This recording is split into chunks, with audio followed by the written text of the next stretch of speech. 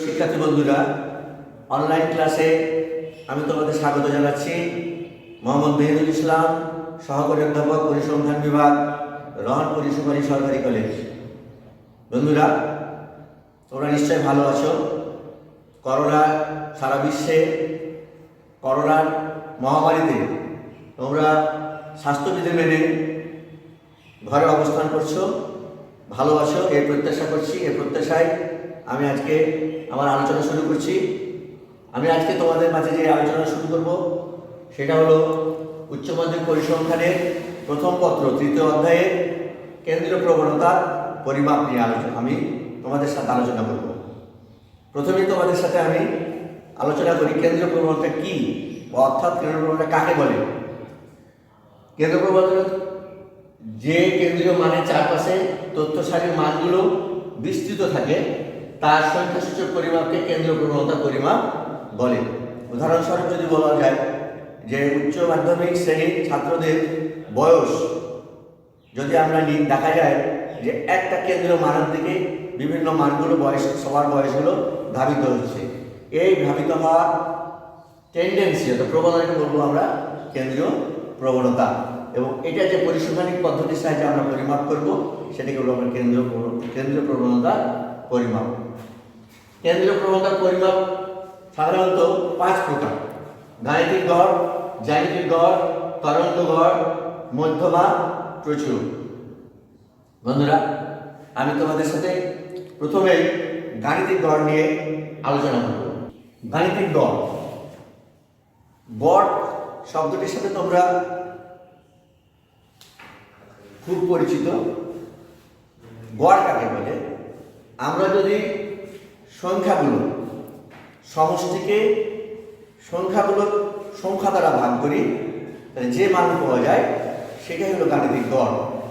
ধরো যদি x1 x2 x3 xn n সংখ্যক যদি আমাদের সংখ্যা থাকে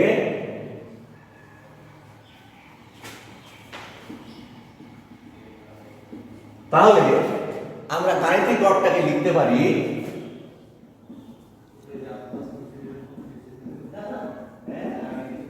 x বার ইকুয়াল টু সংখ্যাগুলোর যোগফল x1 x2 plus x3 plus xn নিচে ডিভাইডেড বাই n। আমরা এটাকে সংক্ষিপ্তভাবে লিখতে পারি summation i equal to 1 goes to n xi নিচে ডিভাইডেড বাই n। এটা হলো গাণিতিক গড়ের সূত্র অবিন্যস্ত চলকের ক্ষেত্রে। বিন্যস্ত চলকের ক্ষেত্রে আমরা গাণিতিক গড়ের সূত্রটা লিখতে পারি x bar equal to summation fi xi i equal to 1 goes to n নিচে ডিভাইডেড বাই ক্যাপিটাল N, যেখানে summation fi equal two capital N। এটা বিন্যস্ত চলকের ক্ষেত্রে, এটা হলো অবিন্যস্ত চলকের ক্ষেত্রে।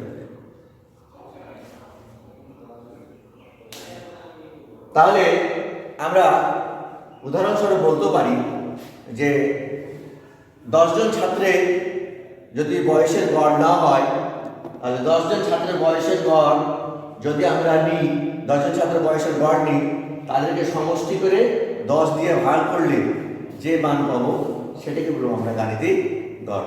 বন্ধুরা, মনে হয় বুঝতে পেরেছ গাণিতিক গড় কি। তাহলে গাণিতিক গড় দেখা যাচ্ছে যে আমাদের সকল মানের উপরে গাণিতিক গড় নির্ভরশীল। প্রতিটা জয়টা মান থাকবে ততটা মানকে আমাদের এখানে যোগ করতে হবে, অর্থাৎ আমাদের গাণিতিক গড়ের সকল মানের উপরে নির্ভরশীল। তা আমরা এখান থেকে বলতে পারি যে গাণিতিক গড়ের যে প্রথম বৈশিষ্ট্য সেটা এটা হলো যে গাণিতিক গড় সকল মানের উপরে নির্ভরশীল। মূল কাকে বলা হয়?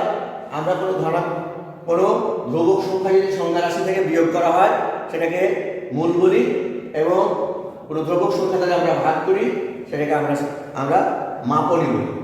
আমরা এখানে গাণিতিক গড়ের ক্ষেত্রে আমরা মাপনীটা সাধারণত শ্রেণী ব্যবধানটাকে আমরা ধরি u যদি একটা নতুন চলক হয় x মাইনাস a ভাগ হলো c, আমরা এখানে এইটাকে মূল এবং c হলো মাপনী। তাহলে x minus a equal to uc বা x equal to a plus uc বা summation x equal to summation a plus uc বা summation x equal to na plus c summation u। প্রত্যেককে যদি আমরা n দিয়ে ভাগ করি তাহলে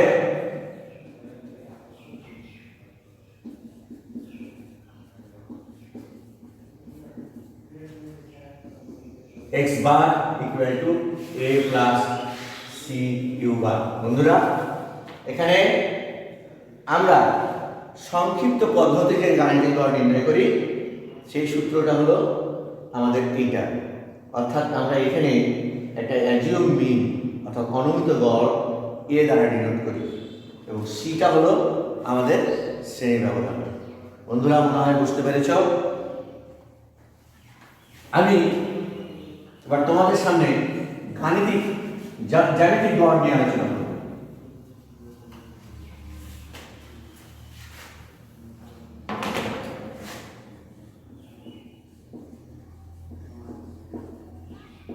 প্রথমেই বলি জ্যামিতিক গড়টা কি বা কাকে বলে।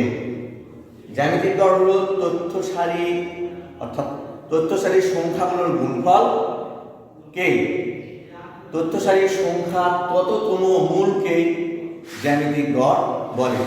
ধরি যে আমার যদি x1 x2 x3 dot dot xn n সংখ্যক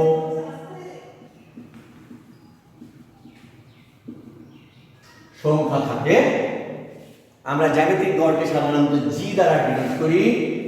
g equal to x1 into x2 into x3 dot dot dot xn to the power 1 ভাগ n। এটা হলো জ্যামিতিক গড়ের সূত্র। আমরা গণনা সুবিধার্থে আমরা g ইকুয়াল টু উভয় দিকে লগ ব্যবহার করি এবং এটার সূত্র হলো অ্যান্টি লগ 1 ভাগ n সামেশন xi।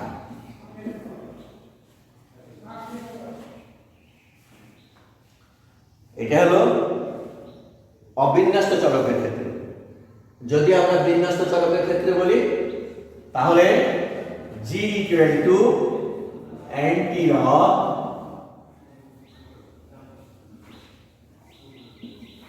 1 ভাগ n ক্যাপিটাল N সামেশন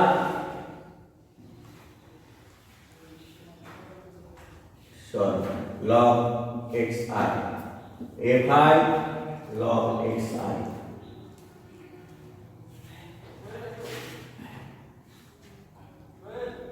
তাহলে এটা হলো বিন্যস্ত চলকের ক্ষেত্রে আর এটা হলো অবিন্যস্ত চলকের ক্ষেত্রে জ্যামিতিক গড়। বন্ধুরা, এটা আমাদের কিভাবে আসে এটা আমি তোমাদের সাথে একটা আলোচনায় যাই। আমাদের মূল সূত্র বিন্যস্ত চলকের ক্ষেত্রে জ্যামিতিক গড় g equal to x1 f1 into x2 f2 into x3 to the power f3 dot dot dot xn to the power fn to the power 1 ভাগ n, যেখানে summation fi equal to n। বন্ধুরা, আমরা যদি উভয় পক্ষে log নিই, log g equal two 1 ভাগ capital N log x1 f1 into x2 f2 into x3 f3 dot dot dot xn fn। আমরা log থেকে expression log 1/n equal to, আমরা যদি এখন গুণ করি এটাকে, লগটাকে ভাঙি, তাহলে আমাদের দাঁড়ায় f1 log x1 plus f2 log x2 plus f3 log x3 plus dot dot dot plus fn log xn। তার মানে এটাকে যদি আমরা সংক্ষিপ্ত যোগ আকারে লিখি, summation fi log xi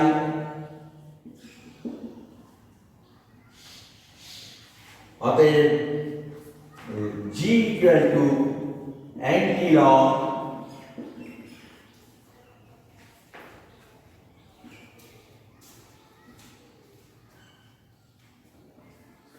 on ভাগ n summation fi log xi। বন্ধুরা, পরবর্তীতে ক্লাসে যদি এটা আমরা গাণিতিক সমস্যা নিয়ে আলোচনা করি তাহলে হয়তো আরো তোমাদের কাছে বোঝার সুবিধা হবে। আমরা জ্যামিতিক গড় নিয়ে আলোচনা করলাম। এখন আমি পরবর্তীতে উল্টানো গড় অর্থাৎ তরঙ্গ গড় নিয়ে আমি তোমাদের সাথে আলোচনা করব। বন্ধুরা, আরেকটি বলি, সেটা হলো জ্যামিতিক গড়ে অশূন্য ধনাত্মক সংখ্যা হতে হবে। এখানে ঋণাত্মক, জ্যামিতিক গড়ে ঋণাত্মক এবং শূন্য সংখ্যা দ্বারা জ্যামিতিক গড় নির্ণয় করা যায় না। আমি এবার তরঙ্গ গড় নিয়ে কথা বলি।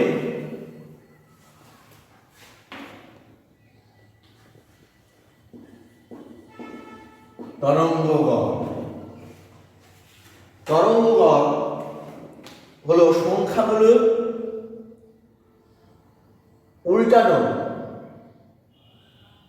উল্টানো সংখ্যাগুলোর উল্টানো গড়কে তরঙ্গ গড় বলা হয়।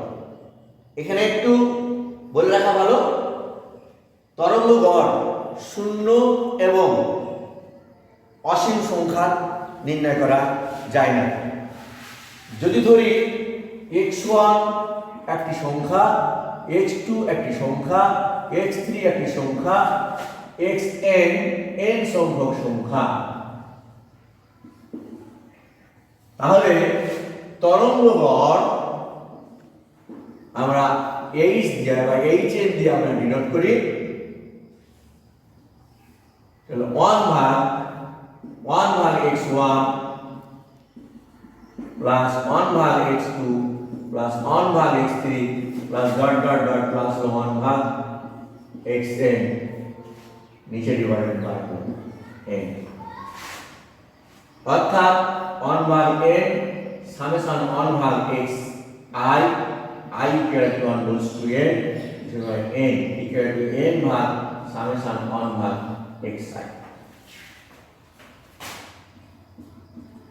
হলো বিন্যস্ত অবিন্যস্ত চলকের ক্ষেত্রে।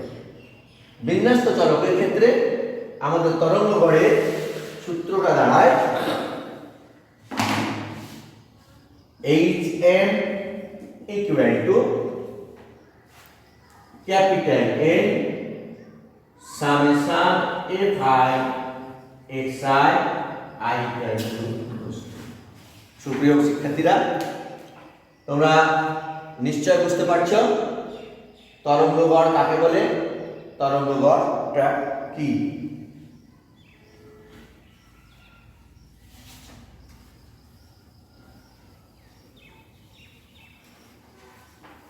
বন্ধুরা, আমি এ পর্যায়ে আরেকটি কেন্দ্র প্রণোদক পরিমাপ আছে, সেটা হলো মধ্যমা, মিডিয়ান।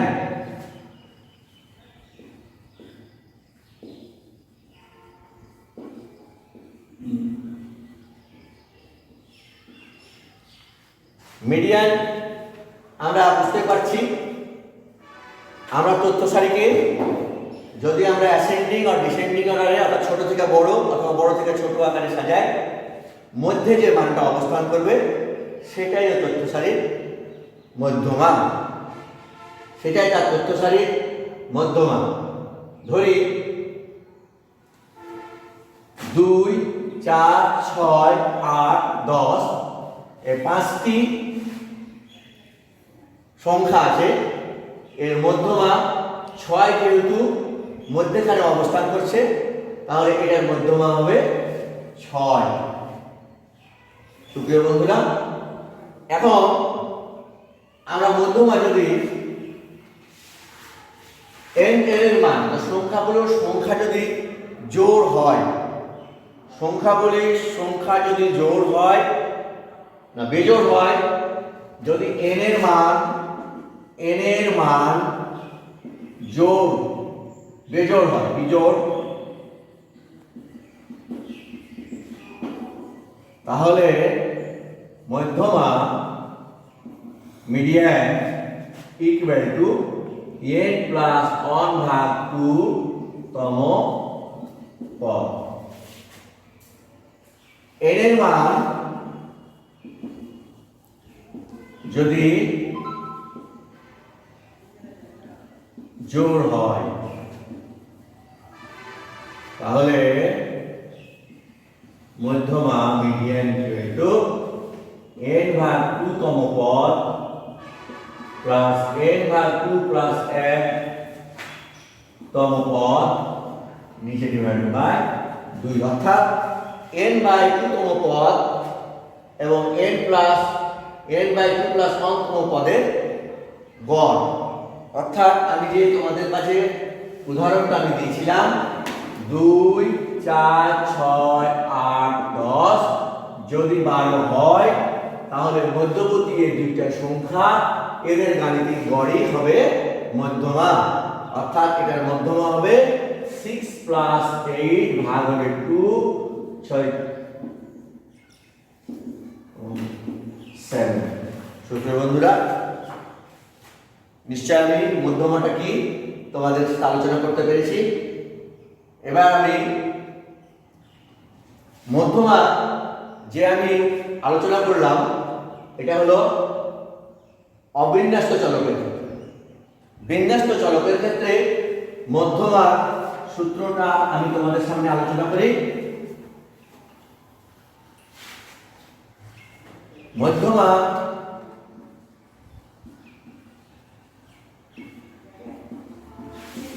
এবং প্লাস n/2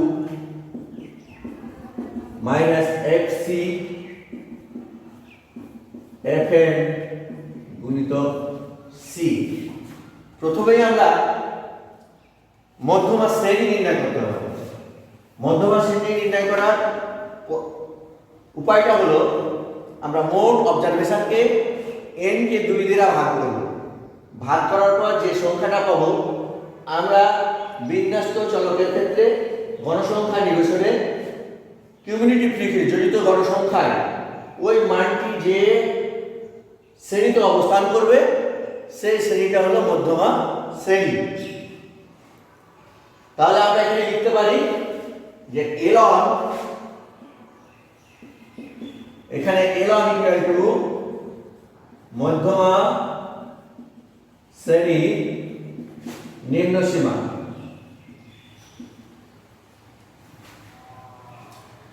n মোট সংখ্যা fc মধ্যমা শ্রেণীর আগে যোজিত গণসংখ্যা কিউমুলেটিভ ফ্রিকোয়েন্সি। fm হলো মধ্যমা শ্রেণীর গণ সংখ্যা, c হলো শ্রেণী ব্যবধান। কি হলো? অবিন্যস্ত বা বিন্যস্ত চলকের ক্ষেত্রে মধ্যমার সূত্র আমরা যখন অঙ্ক করব বা গাণিতিক কোনো সমস্যা আমরা সমাধান করব, তখন আমরা এর ধারণাটা আরো আমরা বেশি করে পাব। বন্ধুরা, এবার আমি প্রচুরক নিয়ে আলোচনা করি।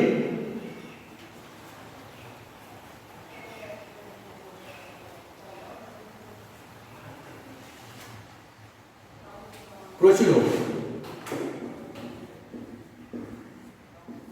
একটি তথ্য সারিতে যে সংখ্যাটা বেশি সংখ্যকবার ঘটেছে সেটা হলো সে তথ্য সারির প্রচুরক। আমি যদি বলতে পারি 2 4 4 6 6 6 8 10 12 এই তথ্য সারিতে দেখা যায় যে 6 3বার ঘটেছে, অতএব এটার প্রচুরক হলো 6। তাহলে আমরা অবিন্যস্ত চলকের ক্ষেত্রে তথ্য সারিতে আমরা যদি সংখ্যাগুলোর দিকে লক্ষ্য রাখি, যে সংখ্যাটা বেশিবার এসেছে বেশিবার ঘটেছে সেটাই হলো তার প্রচুরক। বিন্যস্ত চলকের ক্ষেত্রে প্রচুরকের সূত্র প্রচুরক mode equal to ln del 1 plus del 2 into c। আমাদের এখানে ln সমান হলো প্রচুরক শ্রেণীর নিম্ন সীমা। প্রচুরক শ্রেণীটা আমাদের বের করতে হয় আমাদের গণসংখ্যা নিবেশনে যে শ্রেণীর গণসংখ্যাটা সবচেয়ে বেশি সেটাই হলো প্রচুরক শ্রেণী।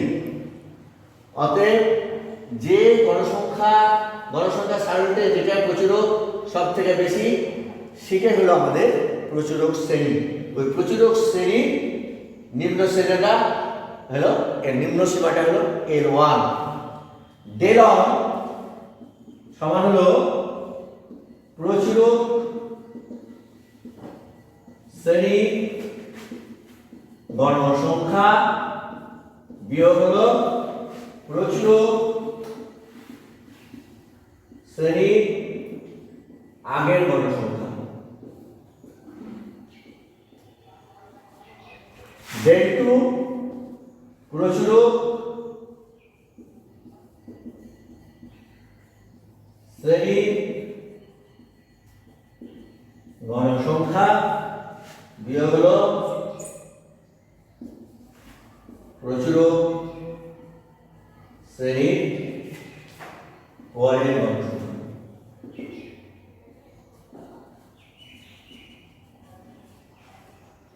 সি শ্রেণী ব্যবধান। প্রিয় শিক্ষার্থীরা, আমি কেন্দ্র প্রবণতার পরিমাপগুলো তোমাদের সামনে আলোচনা করলাম। আমি কিছু তাদের মধ্যে সম্পর্ক, কেন্দ্র প্রবণতার মধ্যে যে সম্পর্কগুলো আছে সেগুলি এখন তোমাদের মধ্যে একটু আলোচনা করতে চাই।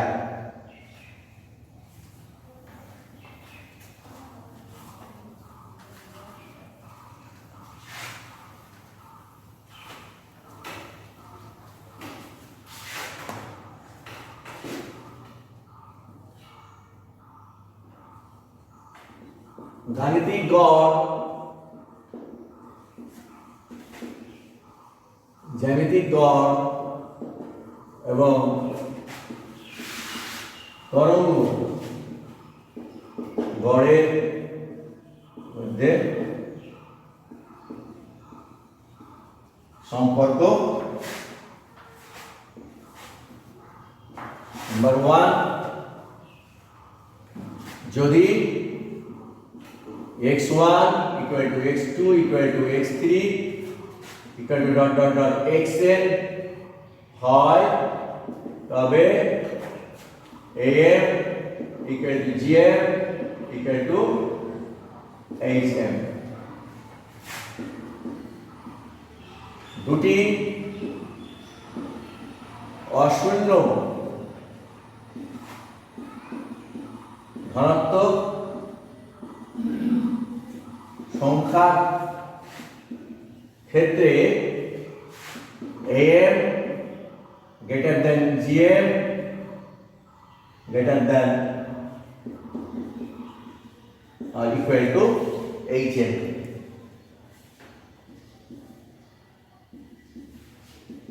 am greater than hm equal to gm square.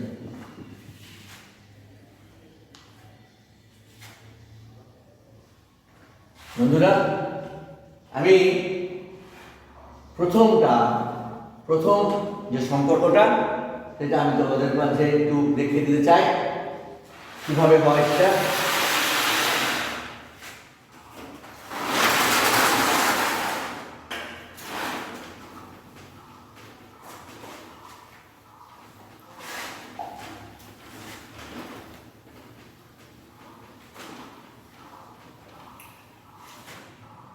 ধরি x1 equal to x2 equal to x3 dot dot dot equal to xn equal to k। তাহলে am equal to x1 plus x2 plus x3 plus dot dot dot plus xn ভাগ হলো n, k plus k plus k plus dot dot plus k equal to n, nk भाग n equal to k। gm equal to x1 x2 x3 dot dot dot xn to the power 1 भाग n, k into k into k to k on 1 n, k to the power n into on भाग n equal to k।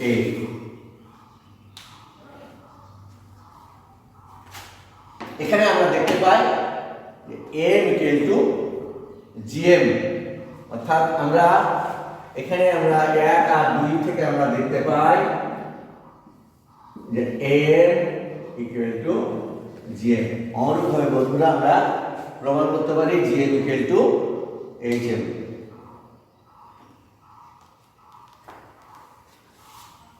আমি 1 নম্বর যে সম্পর্কটা সেই সম্পর্কটা তোমাদের সাথে আলোচনা করলাম। আমি 2 নম্বর সম্পর্ক দুটো আসন্ন ধনাত্মক সংখ্যার ক্ষেত্রে দেখা যে am equal to gm equal to hm এই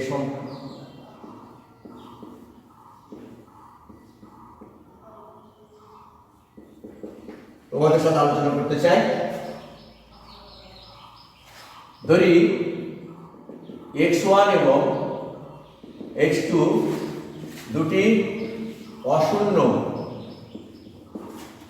ধনাত্মক সংখ্যা।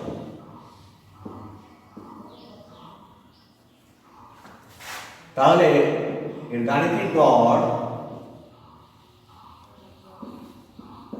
x bar equal to x1 plus x2 ভাগ 2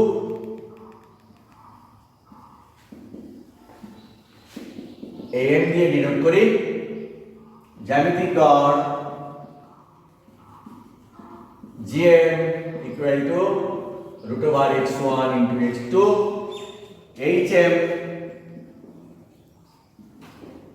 তরঙ্গ গড়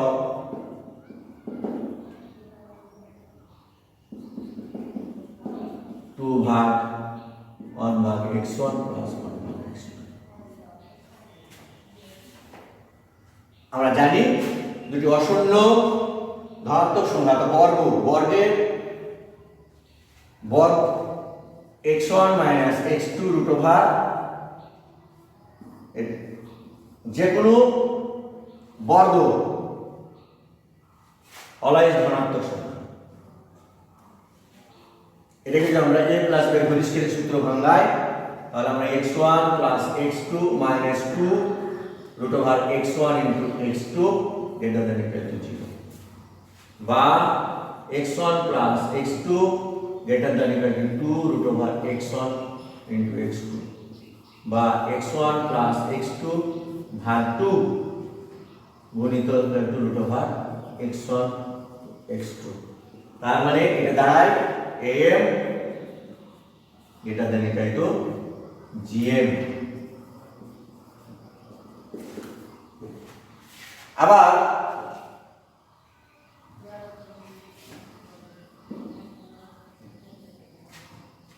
অনুরূপভাবে 1/√x1 minus 1/√x2 whole square greater than equal to always positive। তার মানে 1/x1 1/x2 minus 2 into 1/x1 into x2 greater than equal to 0 বা 1/x1 plus 1/x2 greater than equal to 2 over x1 x2 বা 1/x1 plus 1/x2 ভাগ 2 greater than equal to 1/x1 into x2। এটাকে যদি আমরা উল্টা দিই বন্ধুরা তাহলে দাঁড়ায় 2 into 1/x1 plus 1/x2 সাইনটা পরিবর্তন হয়ে যায় √x1 into x2। তার মানে বা hm less than equal to gm। আমরা 1 ও 2 নম্বর সমীকরণ থেকে আমরা বলতে পারি 1 এবং 2 নম্বর সমীকরণ থেকে আমরা বলতে পারি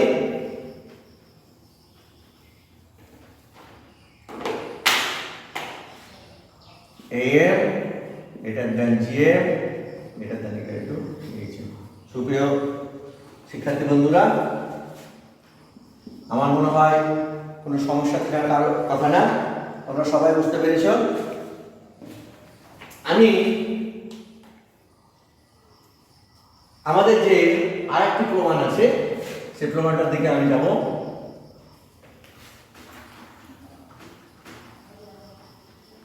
বাম পক্ষ left hand side am into hm। m এর মানটা হলো x1 plus x2 ভাগ হলো 2, hm 2 into 1/x1 plus 1/x2 equal to x1 plus x2 ভাগ 2 গুণিত 2 into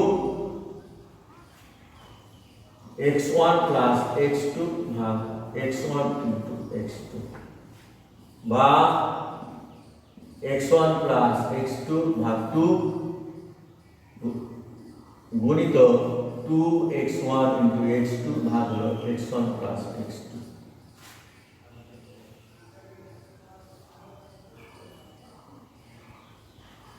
equal to x1 into x2 বা x1 equal to x2 বা x1 into x2 root over square বা gm equal to square। শিক্ষার্থী বন্ধুরা, তাহলে আমরা এখান থেকে বলতে পারি যে am greater than hm equal to gm square। সুপ্রিয় শিক্ষার্থী বন্ধুরা, আমি তোমাদের মাঝে গাণিতিক কেন্দ্রীয় প্রবণতার পরিমাপগুলো নিয়ে তোমাদের সাথে আলোচনা করলাম। আমি গাণিতিক গড়, জ্যামিতিক গড়, তরঙ্গ গড়ের মধ্যে সম্পর্কগুলো তোমাদের সাথে আলোচনা করলাম। তোমাদের সাথে গাণিতিক গড়ের বৈশিষ্ট্যগুলো নিয়ে আলোচনা করলাম। পরবর্তী ক্লাসে গাণিতিক যে সমস্যাগুলো নিয়ে আমরা আলোচনা করব এই প্রত্যাশায় আজকে অনলাইন ক্লাস শেষ করছি। খোদা হাফেজ, তোমরা ভালো থাকো, সুস্থ থাকো। আসসালামু আলাইকুম।